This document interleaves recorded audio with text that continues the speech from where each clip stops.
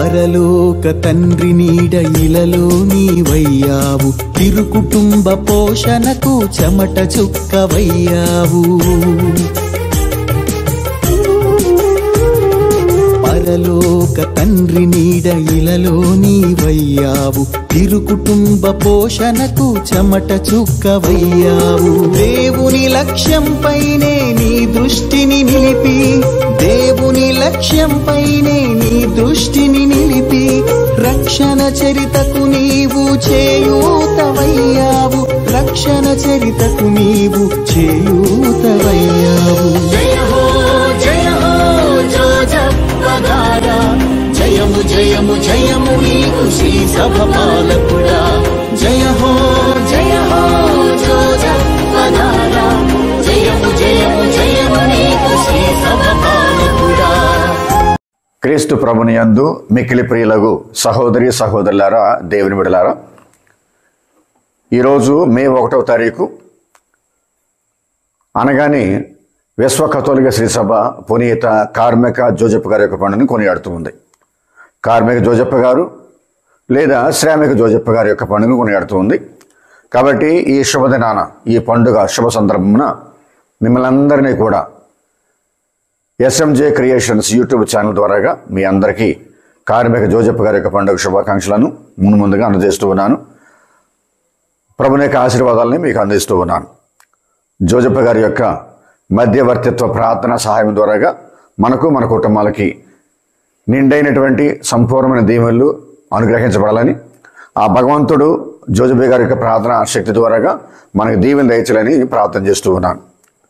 జోజప్ప గారు అనగానే, పునీత జోజప్ప గారు అనగానే విశ్వ కథోలిక శ్రీసభలో ఒక ప్రత్యేకమైనటువంటి స్థానం ఉంది.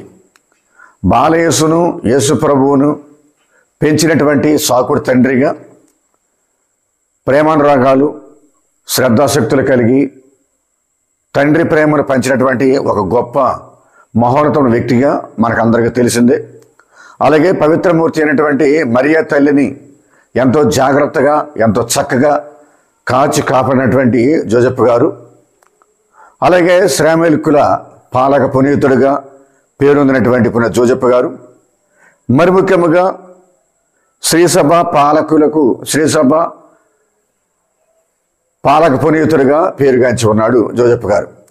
అయితే ఈరోజు మనమందరం కూడా జోజప్ప గారి యొక్క పండుగను మనం కొనియాడుతూ ఉన్నాం. కాబట్టి కార్మిక జోజప్ప గారి యొక్క పండుగను, అసలు ఈ పండుగ ఈ శ్రీసభలోకి ఎలా వచ్చింది, ఈ పండుగను ఎవరు ప్రారంభించారు, ఎప్పుడు మొదలుపెట్టారు అనే విషయాల్ని మనం 2 నిమిషాల పాటు మనం ధ్యానం చేసినట్లయితే, ప్రియబిడ్డలారా, సహోదరి సహోదరులారా, ఈ పండుగ 1479వ సంవత్సరంలో 4వ సిక్స్టస్ పరిశుద్ధ పాపు గారు మార్చి 19వ తారీఖున జోజప్ప గారి యొక్క పండుగను కొనియాడాలని విశ్వ కథోలిక శ్రీసభలో విశ్వలేఖనం ద్వారాగా ఏర్పాటు చేసి ఉన్నారు.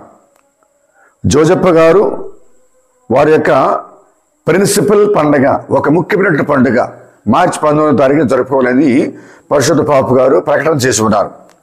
దాని తర్వాత 1870వ సంవత్సరంలో 9వ భక్తినాథ పాపు గారు, పరిశుద్ధ పాపు 9వ భక్తినాథ పాపు గారు శ్రీసభకు పాలకుడిగా జోజప్ప గారిని ప్రకటన చేసి ఉన్నారు. మూడవదిగా 1955వ సంవత్సరంలో 12వ భక్తినాథ పాపు గారు పునీత జోజప్ప గారిని శ్రామిక జోజప్ప గారుగా, కార్మిక జోజప్ప గారుగా వారిని ప్రకటన చేసి మే 1వ తారీఖు విశ్వ కథోలిక శ్రీసభ పండుగను జరుపుకోవాలి, జోజప్ప గారు కార్మిక జోజప్ప గారి పండుగ జరుపుకోవాలని చెప్పని ప్రకటన చేసి ఉన్నారు. 1957వ సంవత్సరంలో 12వ భక్తినాథ పాపు గారు కార్మిక జోజప్ప గారి యొక్క పండుగను మే 1వ తారీఖున జరుపుకోవాలి అనేటువంటి ప్రకటన చేయడానికి ఒక బలమైన కారణం ఉంది. ఏమిటంటే 1957వ సంవత్సరంలో ప్రపంచమంతా కూడా కమ్యూనిజం వైపు అడుగులు వేస్తూ ఉంది. సమానత్వం అని, అందరూ కూడా సమానంగా జీవించాలని, సామాజిక విప్లవం అని, ఆర్థిక విప్లవం అని, ఈ విధంగా ప్రపంచమంతా కూడా కమ్యూనిజం వైపు అడుగులు వేస్తున్న సమయంలో పరిశుద్ధ పాపు గారు ఈ విధంగా 12వ భక్తినాథ పాపు గారు మే 1వ తారీఖున జోజప్ప గారి యొక్క పండుగ జరుపుకోండి, ఈ ప్రపంచానికి ఒక ఆదర్శమూర్తి, ఈ ప్రపంచానికి ఒక చక్కనటువంటి ఎల్లప్పుడూ కూడా జోజప్ప గారి నుంచి నేర్చుకోవాల్సినటువంటి సుగుణం, కష్టపడి పనిచేసే సుగుణం, శ్రమించే సుగుణం. కాబట్టి మానవులందరూ కూడా జోజప్ప గారిని చూసి నేర్చుకోవాలి, అందరూ కూడా శ్రమించాలి, కష్టపడాలనేటువంటి ఒక చక్కని ఉద్దేశంతో మే 1వ తారీఖున జోజప్ప గారి యొక్క పండుగను కార్మిక జోజప్ప గారి యొక్క పండుగగా కొనియాడమని 12వ భక్తినాథ్ బాబు గారు తెలియజేస్తున్నారు.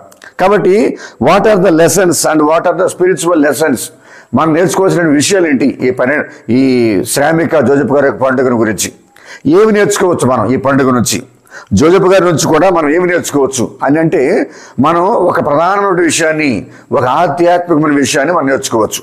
ఏమిటా ముఖ్యమైనటువంటి ప్రధానమైన విషయం అంటే, ప్రియబిడ్డలారా, సహోదరి సహోదరులారా, the dignity of the human labour. The dignity of the human labour మొట్టమొదటి విషయం ఇది, ఆధ్యాత్మికమైన అంశం ఇది. ఈ the dignity of the human labour అంటే ఏంటి? పని విలువ. ప్రతి ఒక్క పని కూడా ఒక విలువైనటువంటి పని. అది చిన్న పని కావచ్చు, పెద్ద పని కావచ్చు. అది ఎక్కువ లాభాన్ని ఇచ్చే పని కావచ్చు, తక్కువ లాభాన్ని ఇచ్చే ఒక పని కావచ్చు. ఎక్కువ ఉద్యోగం కావచ్చు, తక్కువ ఉద్యోగం కావచ్చు. ప్రాఫిటబుల్ కావచ్చు, నాట్ దాట్ మచ్ ప్రాఫిటబుల్ కావచ్చు. ఏదేమైనప్పుడు కూడా పని ఎప్పుడు కూడా పవిత్రమైనటువంటిదే. ఏ పని అయినా కానీ అది విలువైనటువంటిది, ఏ పని అయినా కానీ గౌరవించదగినటువంటి పని. కాబట్టి మనం చేసే ప్రతి పని కూడా విలువైనటువంటిదే. అది నీచమైన పని కాదు, విలువ తక్కువ పని కాదు, అనేటువంటి అనడానికి అవకాశం లేదు. ఈ పని చేయను, నా మనిషికి ఉంది నాకు అని అనడానికి అవకాశం లేదు ఇక్కడ. కాబట్టి చిన్న పెద్ద ప్రతి పని కూడా ఒక విలువైనటువంటి పని, విలువైన పని, చక్కగా దేవుడు ఏర్పాటు చేసిన పని ఇది. కాబట్టి అందరూ కూడా ఆ పని చేయాల్సిందే. మరి ముఖ్యంగా మన కార్మిక జోజప్ప గారు తన జీవితం మొత్తం మీద కూడా వడ్రంగి పని చేసేవాడు. ఆనాటి యోధాల సమాజంలో వడ్రంగి పని అనేది it is a meaning work, ఒక విలువ తక్కువ పని అన్నమాట. పని అది అంతగా విలువలేనటువంటి పని, అది అంతగా అందరూ కూడా ప్రశంసించే పని కాదు అది. కాబట్టి అటువంటి జోజప్ప గారు కూడా అంత విలువ తక్కువ పని చేశాడు. ఆయన చేసుకుని కుటుంబాన్ని పోషించాడు, మరి ఇతరులను సంరక్షించుకున్నాడు, బాలయేసుని పెంచి పని చేసుకున్నాడు. కాబట్టి ప్రతి పని కూడా విలువ కలిగిన పని. పవిత్ర గ్రంథంలో ఒక చక్కని వాక్యం ఒకటి ఉంది. అదేం వాక్యం అంటే, కొలస్సీ పత్రిక పునీత పౌలు గారు కొలస్సీలకు రాసిన లేఖ 3వ అధ్యాయము 23వ వచనంలో ఆ పని గురించి, ప్రతి పని గురించి, ప్రతి పని యొక్క విలువ గురించి, దాని హోందతనం, దాని గౌరవం గురించి పునీత పౌలు గారు తన యొక్క లేఖలో చక్కగా స్పష్టం చేస్తున్నాడు. చదవండి ఒకసారి ఆ వచనం ఒకసారి. మీరు ఏ పని చేసినప్పటికీ కూడా దానిని చిత్తశుద్ధితో మనుషుల కొరకు చేయుచున్నామని అనుకోకుండా దేవుని కార్యముగా మీరు భావించండి. అలాగే ప్రియబిడ్డలారా, మనం ఏ పని మొదలుపెట్టినా కానీ, ఏ కార్యం చేసినా కానీ, అది సామాజికమైన పని కావచ్చు, కుటుంబపరమైన పని కావచ్చు, లేదంటే అలాగే వ్యక్తిగతమైన పని కావచ్చు, ఏ పని అయినా కానీ, ఏ పని చేసినా కానీ మనం ఆ పనిని మానవుల కోసం చేయటం లేదు, తోటి వారి కోసం మనం చేయటం లేదు, ఇరుగు పొరుగు వారి కోసం మనం చేయటం లేదు. ఆ పనిని దేవుడి కోసం చేస్తూ ఉన్నాం, భగవంతుడి కోసం మనం ఆ పని చేస్తూ ఉన్నాం. దేవుడు నాకు ఈ పని అప్పచెప్పాడు కాబట్టి ఈ పని నేను చేస్తూ ఉన్నాను అనే దృక్పథంతో మనం చేయాలి, చిత్తశుద్ధితో మనం చేయాలి, అంతఃకరణ శుద్ధితో మనం చేయాలి ఆ పని. కాబట్టి కొలస్సీలకు రాసిన లేఖలో 3వ అధ్యాయం 23వ వచనంలో చెప్పే మాట అదే. మీరు ఎప్పుడు కూడా మీరు చేసే ప్రతి పనిని కూడా చిత్తశుద్ధితో చేయండి, అంతఃకరణ శుద్ధితో చేయండి, నిస్వార్థంగా చేయండి. ఈ పని మానవుల కోసం మేము చేయటం లేదు, దేవుని కోసం మేము చేస్తున్నాము అనే విధముగా ప్రతి పని కూడా మనం చేస్తూ ఉండాలని చెప్పని పౌలు గారు మనకు అందరికీ తెలియజేస్తున్నారు. అలాగే ఇంకొక మాట కూడా చదవండి ఒకసారి. తిమోతిలకు రాసిన 2వ లేఖ 2వ అధ్యాయం 15వ వచనంలో చక్కని వాక్యం ఒకటి ఉంది. దాన్ని కూడా మనం చదువుకొని ముందుకు వెళదాం. చదవండి. నీవు చేయి పనిని గురించి సిగ్గుపడకుండా ఉండువాడవుగాను, దేవుని యొక్క సత్య సందేశమును యథాతథముగా బోధించువాడవుగాను, నీవు దేవుని దృష్టిలో సంపూర్ణ యుగముగాను పొందుటకు శ్రమింపుము. ఇక్కడ మనం పని చేయాలా, కష్టపడాలా. అదే సువార్త ప్రబోధం కావచ్చు, గురుత్వ బాధ్యతలు కావచ్చు, కన్యాస్త్రీ బాధ్యతలు కావచ్చు, ఉపదేశ బాధ్యతలు కావచ్చు, సంఘపెద్దల బాధ్యతలు కావచ్చు, విశ్వాస కథోలిక క్రైస్తవ సహోదరుల బాధ్యతలు కావచ్చు. అది ఏ పని అయినా కానీ, అది ఏ కార్యక్రమం అయినా కానీ, అది ఏ టాస్క్ అయినా కానీ, అది చిన్న పని కావచ్చు, పెద్ద పని కావచ్చు, ఏదైనా కానీ వాటి పనే. కాబట్టి ఆ పని అంతఃకరణ శుద్ధితో చేయాలా, చిత్తశుద్ధితో మనం చేయాలా, పవిత్రంగా మనం ఆ పని చేయాలా. చివరికి ఇల్లు ఊడ్చే పని కావచ్చు, రోడ్డు ఊడ్చే పని కావచ్చు, వాకిలు ఊడ్చే పని కావచ్చు, లేదంటే పారిశుద్ధ కార్యక్రమం కావచ్చు, ఏ పని కావచ్చు, ఆ పనిని మనం చిత్తశుద్ధితో చేయాలి. With good will, with conviction. అది పనికి తగిన విలువ, అది ఏ పనైనా కావచ్చు, ఆ పని విలువ, ఆ పని గౌరవం, ఆ పని హోందతనం అనేది ఏ పనికి తగ్గట్టుగా ఆ హోందతనాన్ని, ఆ గౌరవాన్ని బిడ్డలారా భగవంతుడు ఇస్తూ ఉన్నాడు. ఇది మొదటి విషయం మనం చేయవలసింది.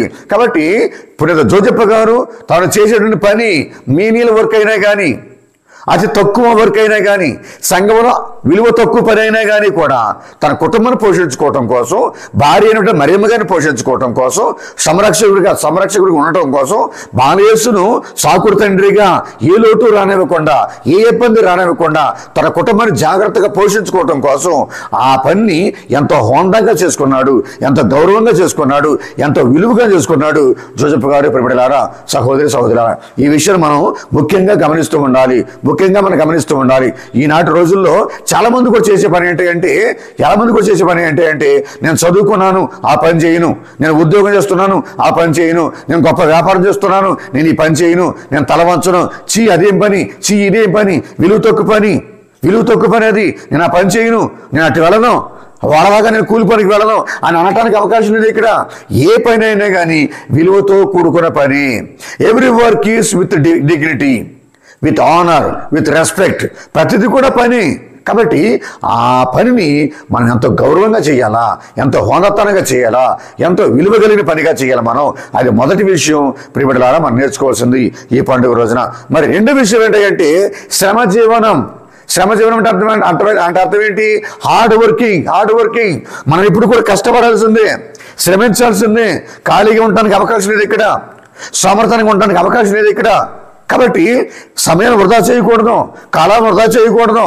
కాబట్టి మన జీవితాన్ని అభివృద్ధి పదవులు నడిపించుకోవడం కోసం, కుటుంబాన్ని పోషించుకోవడం కోసం, మన వ్యక్తిగతమైన జీవితాన్ని అభివృద్ధి పదవులు నడిపించుకోవడం కోసం, కాబట్టి మనం పని చేస్తూ ఉండాలా, కష్టపడుతూ ఉండాలి, శ్రమిస్తూ ఉండాలి. ప్రియబిడ్డలారా, ఏ పని దొరికినా కానీ, ఏ వ్యాపారమైనా కానీ, ఏ చిన్న పెద్ద ఉద్యోగం అయినా కానీ మనం చేస్తూనే ఉండాలి.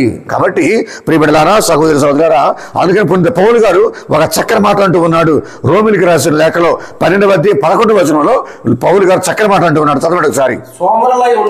సోమరులై ఉండక కష్టపడి పని చేయండి, భక్తిపూరితమైన హృదయములతో ప్రభువును సేవించండి. గమనించండి, ఇక్కడ సోమరులుగా ఉండొద్దు. మనం ఇప్పుడు కూడా సోమరిపోతులుగా ఉండకూడదు. సమయాన్ని వృధా చేయటం కుదరదు, కాలయాపన చేయటం కుదరదు. విలువైన సమయం ఇది, విలువైన జీవితం ఇది, విలువైనటువంటి విధంగా దేవుడు మనల్ని ఏర్పాటు చేసుకున్నాడు. కాబట్టి ఈ విలువైన జీవితాన్ని, ఈ విలువైన సమయాన్ని, ఈ విలువైన స్థలాన్ని మనం ఖాళీగా సోమర్థనంగా వదిలిపెట్టకూడదు. దేవుడిచ్చిన ఈ జీవితాన్ని దేవుని మహింపరచడం కోసం, మన జీవితం ద్వారాగా మనం డెవలప్ అవటం ద్వారాగా, మనం వృద్ధిలోకి రావటం ద్వారాగా, మనం గొప్పలం అవటం ద్వారాగా, మనం ఫలవంతం అవటం ద్వారాగా దేవునికి మహిమ కలుగుతుందని చెప్పని యేసుప్రభు అంటూ ఉన్నాడు. కాబట్టి మనము ఫలించుట యందును, మన ఫలము నిలుచుట యందును దేవునికి మహిమ కలుగుతూ ఉంది. కాబట్టి మనం కష్టపడాలా, శ్రమించాలా, రక్తాన్ని చెమటగా మార్చాలి, కండలు కరిగించాలి. అప్పుడే దేవుడు మనం చేసే పనిని దీవిస్తాడు, ఆశీర్వదిస్తాడు. ఎవరో వస్తారులే, ఏదో చేస్తారులే, వాళ్ళు ఇస్తారులే, వాళ్ళు సంపాదించి పెడతారులే, అమ్మ నాన్న సంపాదించి పెడతారులే, పెద్దోళ్ళు సంపాదించి పెట్టారు కదా, నేను అంత కూర్చుని తిన్నావు, ఓనా ప్రాణమా తినుము త్రాగుము సుఖించు అన్నట్లుగా మనం ఈ విధంగా కూడా సోమర్థనంగా ఉండకూడదు, బద్ధకస్తులుగా ఉండకూడదు. శ్రమించాలి, కష్టపడాలి. అది ఏ పనైనా కావచ్చు, అది ఏ కష్టమైనా కావచ్చు. ఏదేమైనప్పుడు కూడా మనం కష్టపడటం అనేది జీవితంలో అలవాటు చేసుకోవాలని చెప్పని పునీత జోజప్ప గారు మనకందరూ కూడా తెలియజేస్తూ ఉన్నారు. ప్రియబిడ్డలారా, సహోదరి సహోదరులారా, కాబట్టి ప్రపంచ వాణిజ్య వ్యాపారవేత్త రతన్ టాటా గారు ఒక చక్రమాట అంటాడు. ఏమాట అంటే అది, ఇదిగో నీవు పేదవాడిగా పుట్టడంలో నీ పొరపాటు లేదు, నీ తప్పు లేదు. నీవు పేదవాడిగా పుట్టడంలో నీ పొరపాటు లేదు, నీ తప్పు లేదు. కానీ నీవు పేదవాడిగా చనిపోవటంలో మాత్రం 100% నీదే తప్పై ఉంది. పేదవాడిగా పుట్టడంలో నీ తప్పు లేదు, కానీ పేదవాడిగా చనిపోవటంలో మాత్రం నీ తప్పే ఉంది. That is your blunder and that is your mistake. అది నువ్వు ఎంతో ఘోరమైన పాపం చేస్తూ ఉన్నావు. కాబట్టి నువ్వు పేదవాడిగా పుడుతున్నావు, అది నీ తప్పు కాదు. పేదవాడిగా మాత్రం మనం దౌర్భాగ్యుడిగా మాత్రం మనం నిరుపేదగా మాత్రం మనం చనిపోకూడదు. కష్టపడాలి, శ్రమించాలి, సంపాదించుకోవాలి, కుటుంబాన్ని పోషించుకోవాలి, బిడ్డలను ప్రయోజనం చేసుకోవాలి, కుటుంబాన్ని సంరక్షించుకుంటూ ఉండాలా. కాబట్టి మనం కష్టపడాలి, పని చేయాలని చెప్పని బైబిల్ గ్రంథం మనకు బోధిస్తూ ఉంది. ప్రియబిడ్డలారా, సహోదరి సహోదరులారా, కాబట్టి ఈ అంశం కింద భగవంతుడు చెబుతున్నాడు, పాత నిబంధన గ్రంథంలోను నూతన నిబంధన గ్రంథంలోను దేవుడికి ఇష్టమైన వ్యక్తులు ఒకే ఒకరు ఉంటారు. దేవుడికి ఇష్టలు ఎవరంటే ఒకే ఒకరు ఉంటారు, దేవుడికి ఇష్టమైన వ్యక్తి. అటువంటి వ్యక్తులనే దేవుడు ఎన్నుకున్నాడు తన సేవ కోసం, తనకు ఇష్టమైన వారి కోసం, అలాగే తనకు ప్రియమైనటువంటి పని చేయించుకోవడం కోసం దేవుడు ఒక వ్యక్తిని ఎన్నుకుంటాడు.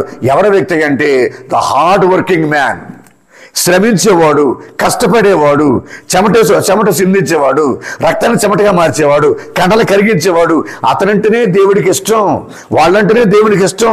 ప్రియబిడ్డలారా, సహోదరి సహోదరులారా, ఇక్కడ ముందుగా మనం చూస్తున్నాం కదా, కార్మిక జోజప్ప గారు కష్టపడే మనస్తత్వం, శ్రమించే మనస్తత్వం, సమర్థనగా ఉండే మనస్తత్వం కాదు అతనిది.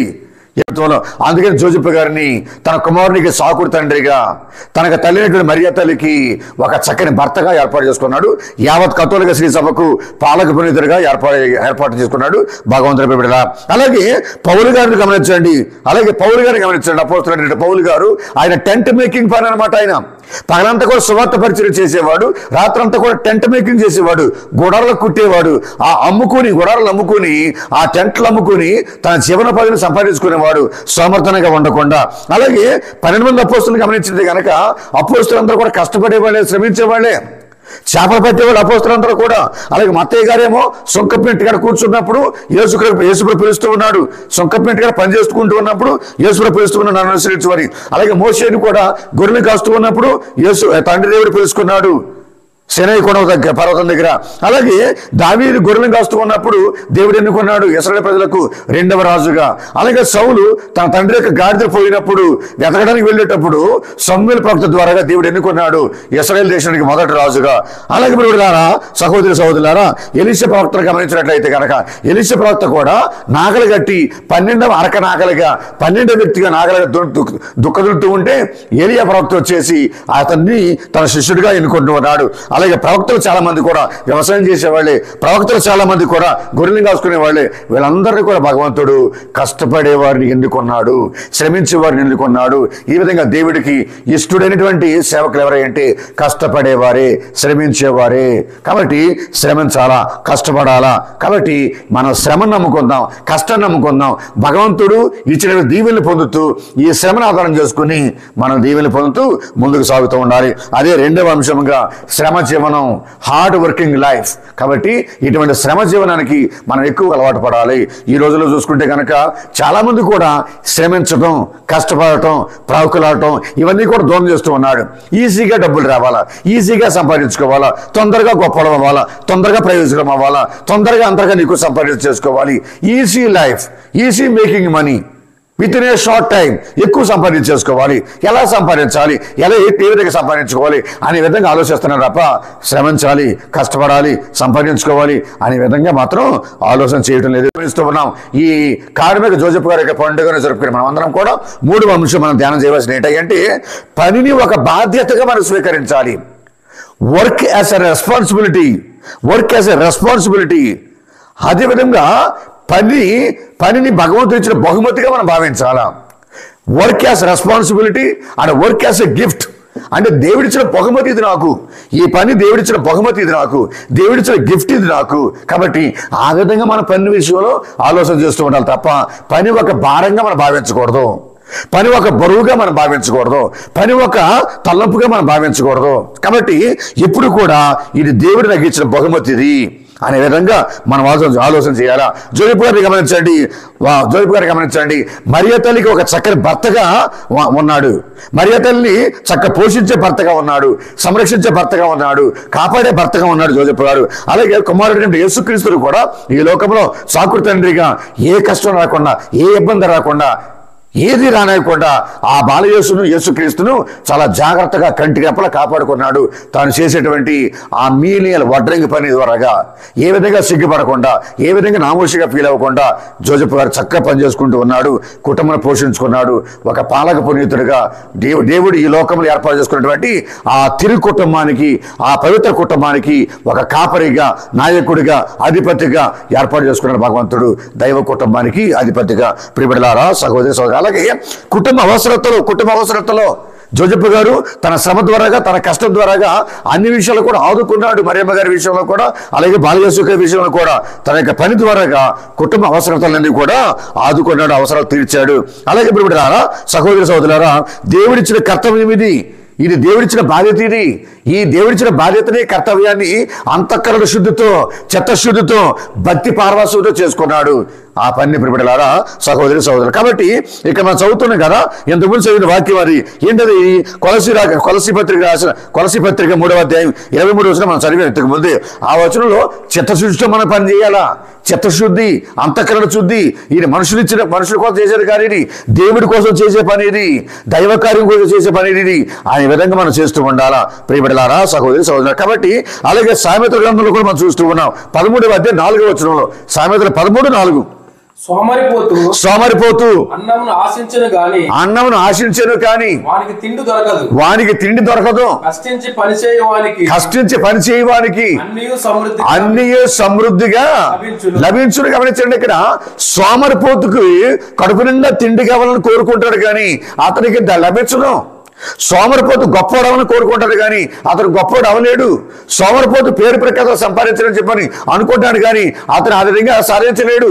సోమరిపోతు వ్యవసాయం చేయాలనుకుంటాడు, వ్యాపారం చేయాలనుకుంటాడు, ఉద్యోగం సంపాదించుకోవాలనుకుంటాడు, ఎగ్జామ్స్ లో పాస్ అవ్వాలని చెప్పి అనుకుంటాడు, గొప్ప అంతస్తు ఎదగాలనుకుంటాడు, పగటి కళ్ళ కంటూ ఉంటాడు. కానీ అది అతని వల్ల కాదు. ఎందుకంటే పగటి కళ్ళకు అనే వ్యక్తి జీవితంలో పైకి రావటం కష్టం. కాబట్టి శ్రమను నమ్ముకునేవాడు, కష్టం నమ్ముకునేవాడు, ఆ కష్టమనే దేవుడిచ్చిందే, ఈ పని దేవుడిచ్చిందే, ఈ బాధ్యత దేవుడిచ్చిందే. It is my responsibility to work. పని చేయాలి, నేను కష్టపడాలి, నేను శ్రమించాలి అనేటువంటి అంశం అనేది ఒక బాధ్యతగా భావించాలి. అది ఒక బహుమతిగా మనం భావించాలి ప్రియబిడ్డలారా, సహోదరి సహోదరు. కాబట్టి ఇది దేవుడిచ్చిన బాధ్యత, ఇది దేవుడిచ్చిన కర్తవ్యం. నేను దేవుడు చేసే పనిలో నాకు కూడా భాగాన్ని ఇస్తూ ఉన్నాడు. దేవుడు చేసేటువంటి ఈ పని పాటల్లో, ఈ కార్యక్రమాల్లో, ఈ ప్రపంచాన్ని నడిపించే పనిలో, ఈ ప్రపంచాన్ని పోషించే కార్యక్రమంలో, ఈ ప్రపంచాన్ని సంరక్షించే కార్యక్రమంలో, అది నా కుటుంబం కావచ్చు, సంఘం కావచ్చు, శ్రీసభ కావచ్చు, ఏదైనా కావచ్చు, ఈ పని దేవుడు చేసే పని. కాబట్టి ఆ దేవుని యొక్క కార్యక్రమంలో, ఆ డివైన్ యాక్టివిటీలో నాకు కూడా భాగాన్ని ఇస్తూ ఉన్నాడు, నాకు ఒక బహుమతిగా ఇస్తూ ఉన్నాడు. కాబట్టి ఇది ఒక బహుమతి, దేవుడు నాకు ఇచ్చిన గిఫ్ట్ ఇది. కాబట్టి ఆ గిఫ్ట్గా, ఆ బహుమతిగా భావిస్తూ ముందుకు సాగుతూ ఉండాలి. My work that I do is a gift from God అనే అంశాన్ని, అనే భావజాలను కలిగి జీవించాలని ఇక్కడ శ్రామిక జోజెఫ్ గారు మనకందరికీ కూడా తెలియజేస్తూ ఉన్నారు ప్రియబిడ్డలారా, సహోదరి సహోదరులారా. కాబట్టి పని ఒక బాధ్యతగా మనం స్వీకరించాలి, భారంగా స్వీకరించకూడదు. పని ఒక బాధ్యతగా స్వీకరించాలి, బరువుగా భావించకూడదు, తలనొప్పిగా భావించకూడదు, ఇబ్బందిగా భావించకూడదు. నాకు ఇది వద్దు, ఈ పని నేను చేయలేను, ఈ ఉద్యోగం నేను చేయలేను, ఈ వ్యాపారం నేను చేయలేను అనే విధంగా మనం ఇప్పుడు కూడా ఉండకూడదు. చేస్తూనే ఉండాలి, కొనసాగిస్తూ ఉండాలి. ఇది ఒక బహుమతి, ఇది ఒక గిఫ్ట్గా భావించి ముందుకు సాగాలని చెప్పని ఇక్కడ పరిశుద్ధ పౌలు గారు మనకు తెలియజేస్తున్నారు ప్రియబిడ్డలారా, సహోదరి సహోదరు. కాబట్టి పని ఒక బాధ్యత, పని ఒక బహుమతిగా, దేవుని నుంచి వచ్చిన బహుమతిగా మనం దాన్ని భావించాలి.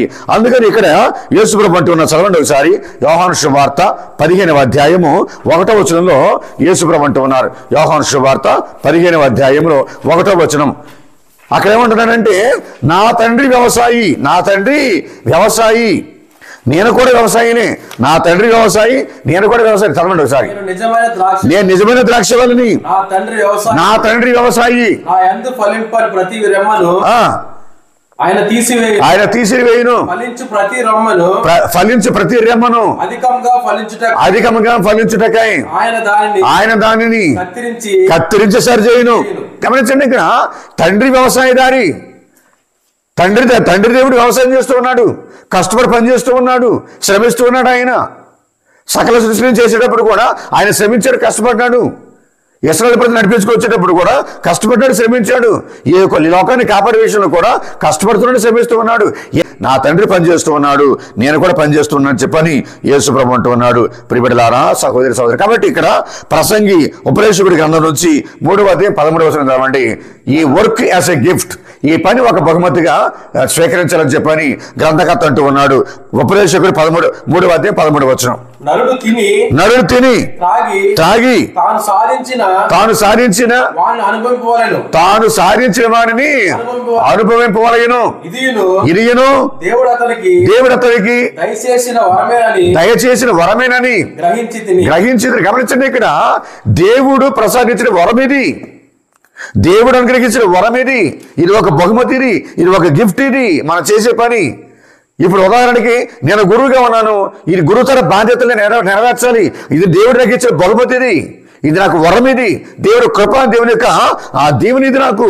కాబట్టి ఒక గురువుగా, ఒక కన్యాస్త్రీగా, ఒక ఉపదేశిగా, ఒక క్రైస్తవ కథోలిక భర్తగా, భార్యగా, అలాగే తల్లిగా, తండ్రిగా, విద్యార్థిగా, వ్యాపారస్తుడిగా, ఉద్యోగస్తుడిగా, మనమందరం కూడా మనం చేసే పనులన్నీ కూడా దేవుడి నుంచి వచ్చిన బహుమతిగా మనం స్వీకరించాలా, గిఫ్ట్గా మనం స్వీకరించాలా. అది భగవంతుడు మనకు చెప్పేటువంటి సందేశం. ఈ 4వ విషయం ప్రియబిడ్డలారా, సహోదరి సోదరా. తర్వాత ఇంకొక విషయం ఏంటంటే, we need to rejoice in the work that we do. We have to be joyful in the work that we do. అంటే అర్థం ఏంటి? మనం చేసే పనిలో పరవశం ఉండాలా, ఆనందం ఉండాలా ప్రియబిడ్డలారా, సహోదరి సోదరులారా. కాబట్టి we have to be rejoicing, we have to be joyful in the work that we do in our day to day life. ప్రతిరోజు మనం చేసే పనిలో మనకు సంతోషంగా ఉండాలి, ఆనందంగా ఉండాలా, ఆనందించాలి, సంతోషించాలి. అది దైనందిన జీవితం కావచ్చు, ఏ పనినే కావచ్చు, ఆ పనిలో మనం సంతోషంగా ఉండాలా, ఆనందంగా ఉండాలా, తృప్తిగా ఉండాలా, ఎల్లప్పుడు కూడా ఉల్లాసంగా ఉండాలా. ఆ పని ఇప్పుడు కూడా ఏడ్చుకుంటూ పని చేయకూడదు, భారంతో పని చేయకూడదు, ఈ భారమైన భావనెచ్చి పనుకోకూడదు. ఆనందంగా భరించాలి దాన్ని, సంతోషంగా మనం స్వీకరించాలి దాన్ని, హ్యాపీగా మనం చేసుకుంటూ పని ముందుకు సాగుతూ ఉండాలి. ఆ ఆనందం ఉండాలి మనకి. ఒక ప్రక్కనేమో పనేమో కుటుంబ పోషణ కోసం ఉపయోగపడుతుంది, బిడ్డలకు జీవనోపాధి, కుటుంబానికి జీవనోపాధి, కుటుంబానికి ప్రయోజనకరంగా, కుటుంబాన్ని ఆదుకునే విధంగా. ఒక ప్రక్కేమో కుటుంబాన్ని పోషిస్తూ ఉంది మనం చేసే పని, ఇంకో ప్రక్కేమో మనం చేసే పని ద్వారాగా మనకు సంతోషం కలుగుతూ ఉంది, ఆనందం కలుగుతూ ఉంది, ఆత్మసంతృప్తి కలుగుతూ ఉంది అనే విధంగా మనం చేస్తూ ఉండాలి. ఇది దేవుడు తన కార్యాన్ని నా ద్వారాగా చేయించుకుంటున్నాడు, తన పనిలో నాకు భాగాన్ని ఇస్తూ ఉన్నాడు అనే దృక్పథంతో మనం ముందుకు సాగుతూ ఉండాలా. ఈ పని చేసేటప్పుడు ప్రియబిడ్డలారా, పనిలో కావచ్చు, ఉద్యోగంలో కావచ్చు, వ్యాపారంలో కావచ్చు, కూలి పనుల్లో కావచ్చు, చదువులో కావచ్చు, ఏదైనా ఇందులో కానీ మనం సంతోషంగా ఉండాలా, ఆనందంగా ఉండాలా. ఆ విధంగా ఉండాలని చెప్పని భగవంతుడు ఈరోజు జోజపు గారి యొక్క పండుగ ద్వారాగా మనకు నేర్పిస్తూ ఉన్నాడు ఈ ఆధ్యాత్మిక పాఠాన్ని. చదవండి ఒకసారి ఉపదేశకుడి గ్రంథం నుంచి 5వ అధ్యాయం 18వ వచనం చదవండి. దేవుడు నరునికి సంపదలను భూములను ఇచ్చి వాటిని అనుభవించు భాగ్యమును దయచేసినని అతడు సంతసింపవలెను. అతడు తాను సాధించిన వానిని అనుభవింపవలెను. కాబట్టి దేవుడు ఇస్తూ ఉన్నాడు, కష్టపడే వారికి, శ్రమించే వారికి దేవుడు ఇస్తూ ఉన్నాడు, చెమట వచ్చే వారికి దేవుడు ఇస్తూ ఉన్నాడు, సంపదలు ఇస్తూ ఉన్నాడు.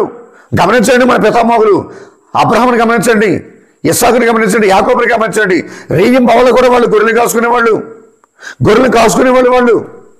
అలాగే దావీదు మహారాజు కావచ్చు, సౌలు కావచ్చు, యోబు గారు కావచ్చు.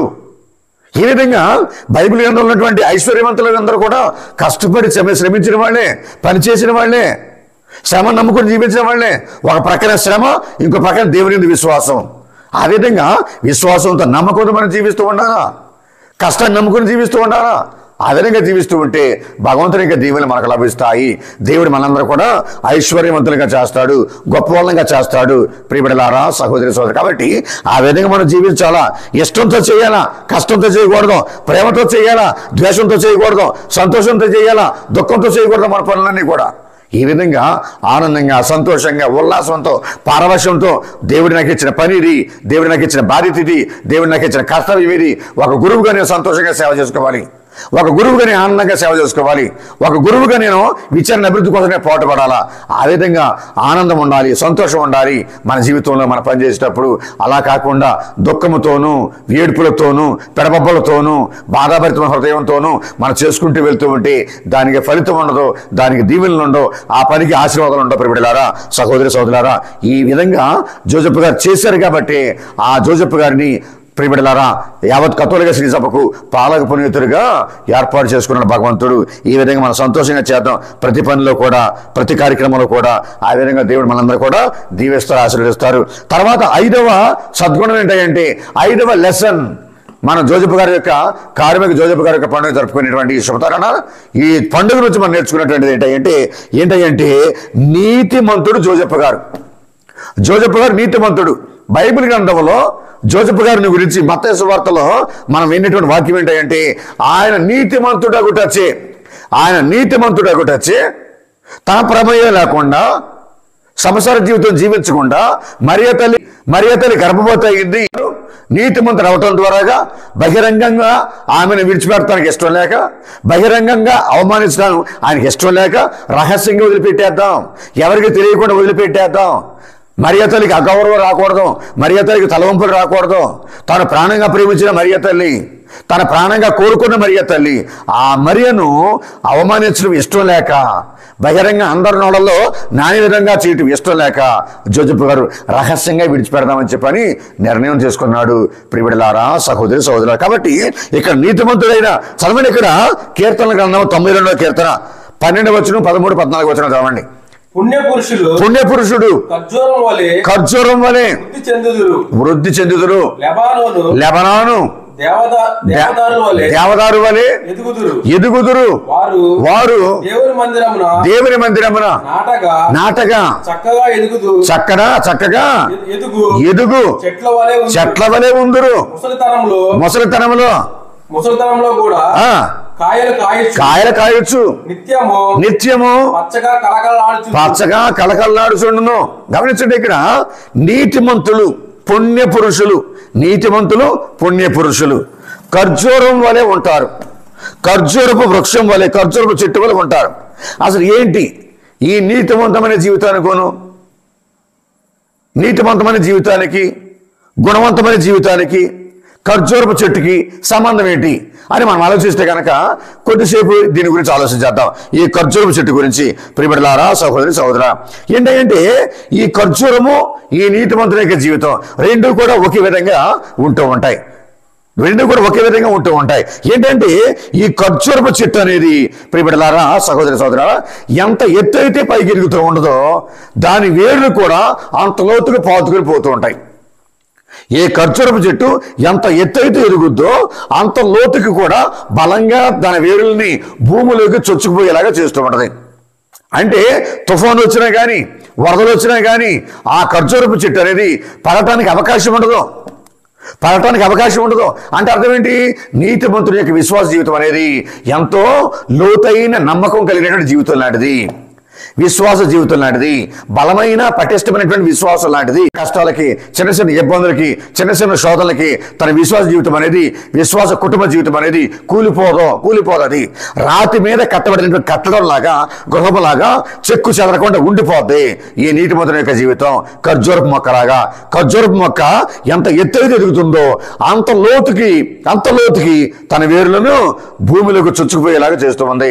ఆ చెట్టు బలంగా నిలబడుతూ ఉంది, ఆ చెట్టు దృఢంగా నిలబడుతూ ఉంది, ఆ చెట్టు గట్టిగా ఉంటుంది. ఏ తుఫానికి కూడా అది పడిపోదో. అది ప్రియబిడ్డలారా, సహోదరి సహోదరులారా, అది ఒకటి. రెండోది అంటే ఎడారిలో చక్కగా నిత్యము కూడా కలకల్లాడేటువంటి చెట్టు ఈ ఖర్జూరపు చెట్టు.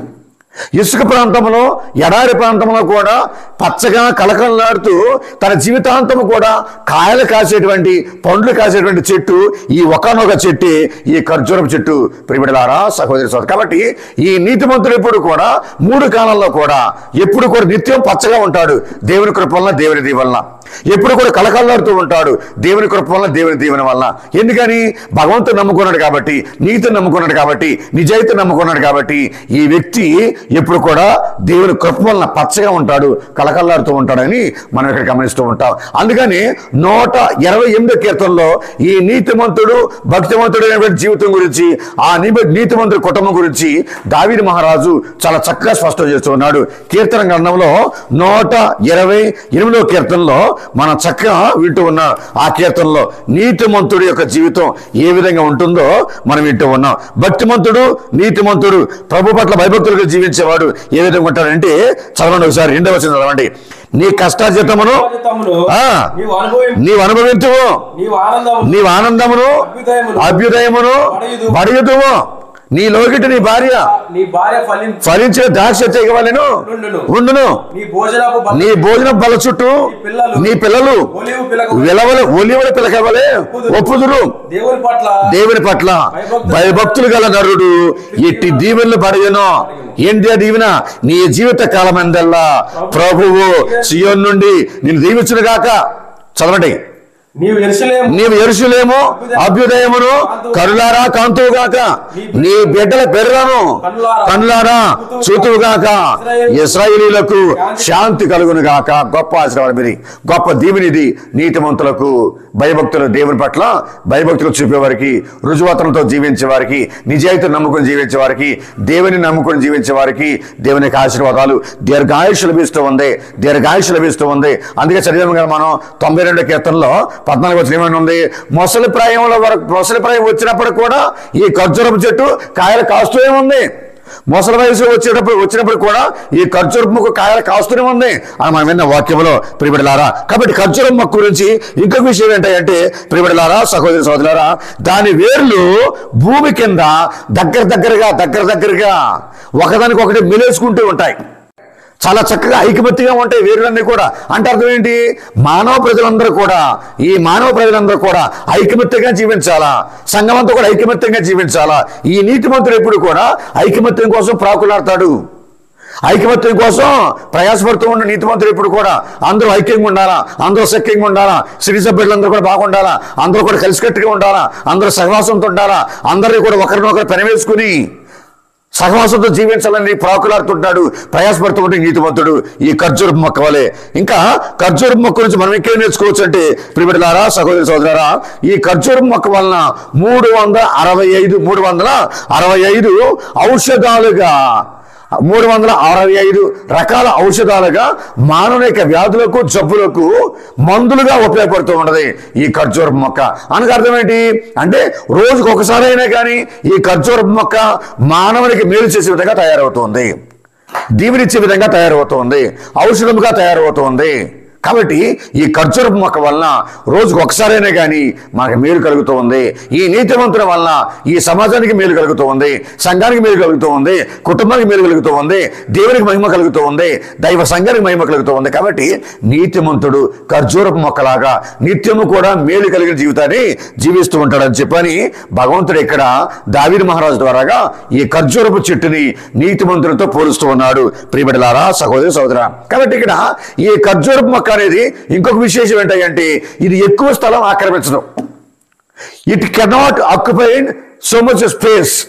అది ఎక్కువ స్థలాన్ని ఆక్రమించడం, కొద్దిపాటి స్థలాన్ని ఆక్రమిస్తుంది. అంటే అర్థం ఏంటి?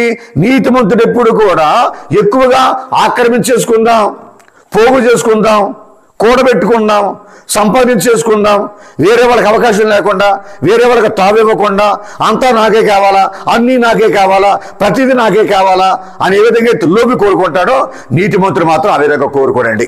నీతిమంతుడు ఆ విధంగా కోరుకోడు. కాబట్టి నీతిమంతుడు ఉన్నటువంటి సద్గుణం ఏంటంటే, మంచి లక్షణం ఏంటంటే ఖర్జూరపు మొక్కలాగాని కొద్ది స్థలం మాత్రమే ఆక్రమిస్తాడు.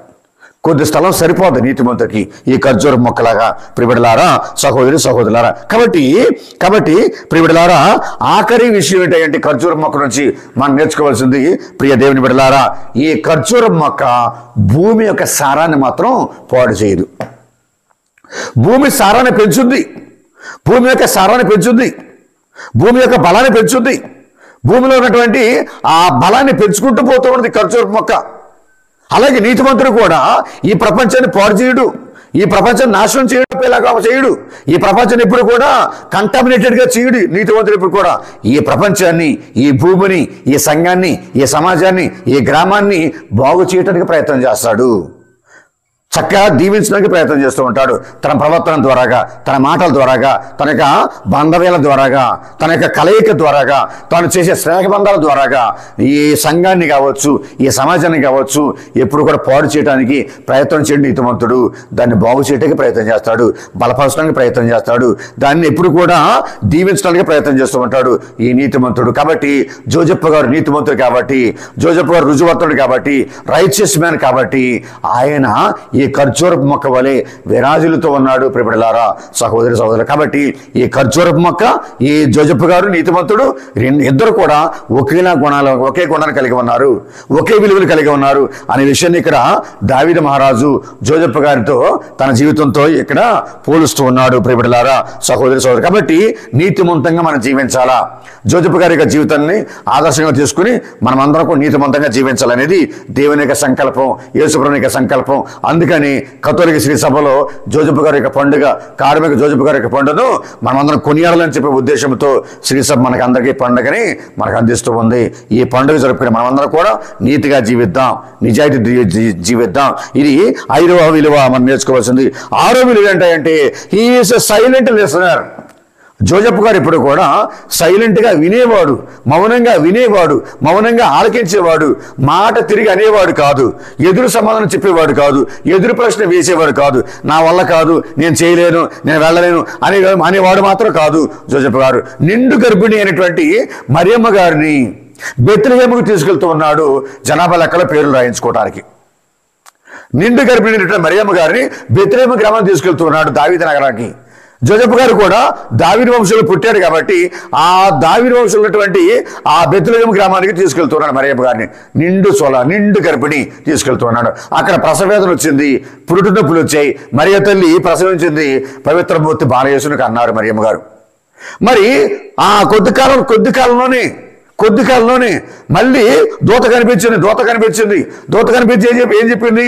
ఈజిప్ట్కి పారిపో.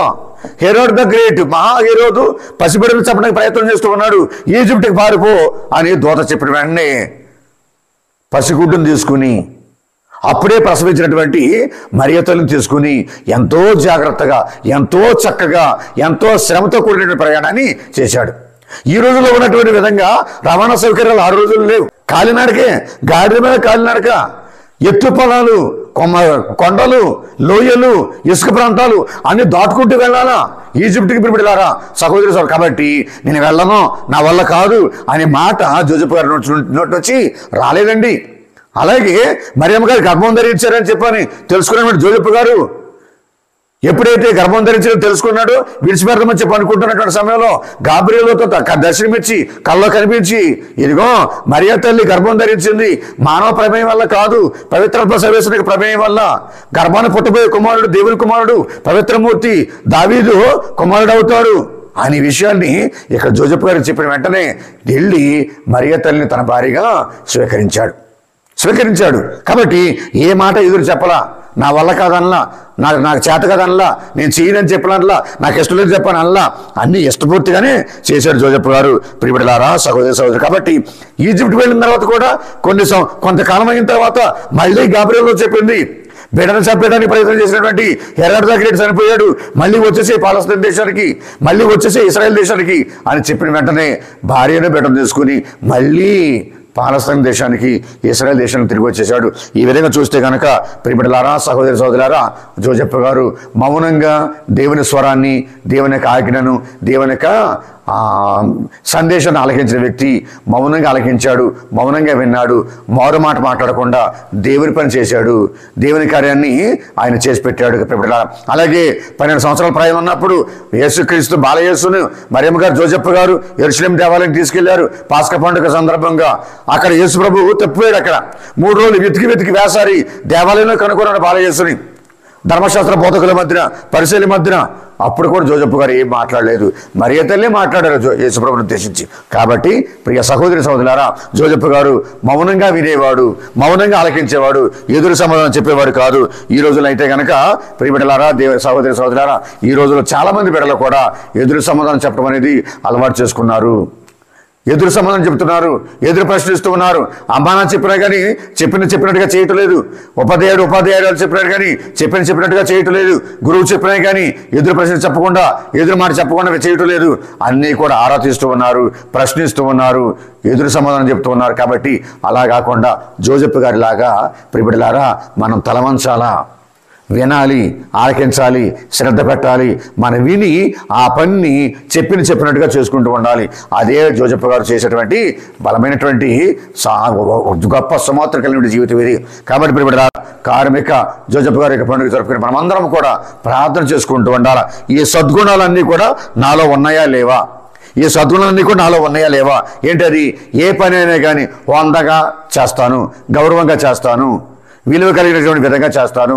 నాకు ఏ పని కూడా విలువ తక్కువ పని కాదు, అన్ని పనులు నేను చేస్తాను, అన్ని పనులు కూడా దేవుడిచ్చిన పనులే అనే విధంగా మనం మనస్తత్వాన్ని కలిగి ఉండాలి. రెండోది ఏంటంటే శ్రమ జీవనం, హార్డ్ వర్కింగ్ లైఫ్ అనేది, కష్టపడి జీవించే మనస్తత్వం అనేది మనలో ఉండాలా.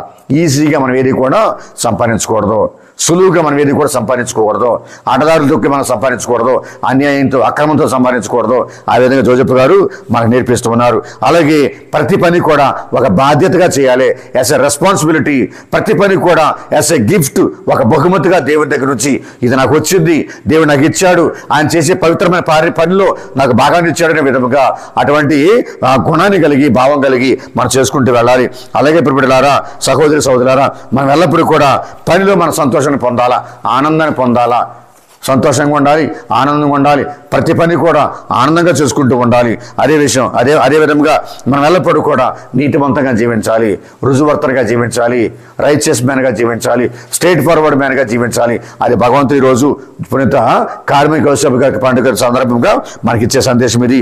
అలాగే ఎప్పుడు కూడా మనం దేవుని స్వరాన్ని ఆలకించే విధంగా ఉండాలా, దేవుడు చెప్పిన పని చేసే విధంగా ఉండాలా, అమ్మానాన్న చెప్పే పని చేయాలా, పెద్దవాళ్ళు చెప్పిన పని చేయాలా, గురువులు చెప్పే పని చేయాలా, శ్రీసభ చెప్పే పని చేయాలా. ఆ విధంగా పనిచేసుకుంటూ ముందుకు సాగాల. మరి ముఖ్యంగా విధేయత కలిగి జీవించాలి. జోజప్ప గారు ఎంతో చక్కగా విధేయత కలిగి జీవించాడు. ఆయన చెప్పినట్టుగా చేశాడు. ఆయన విధేయత, నమ్మకం కలిగి జీవించాడు జోజప్ప గారు.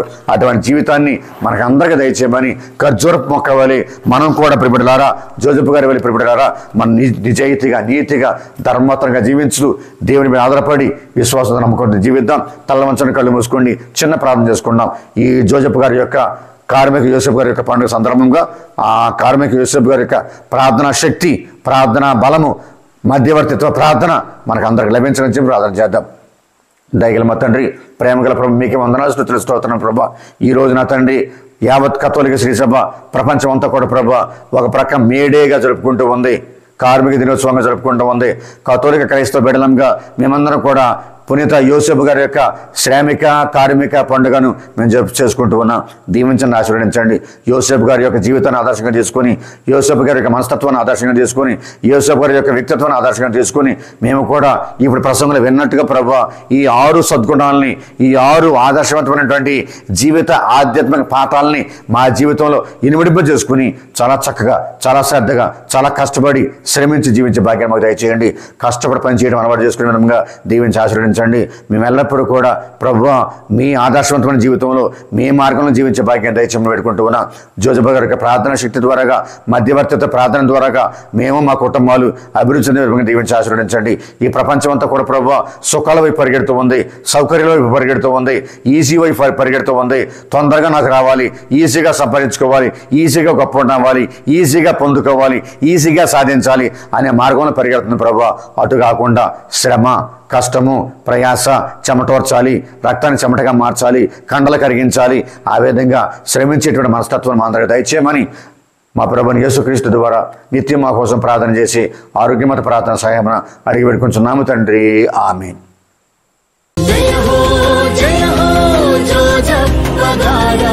జయము జయము జయము నీకు శ్రీ సభ పాలకుడా.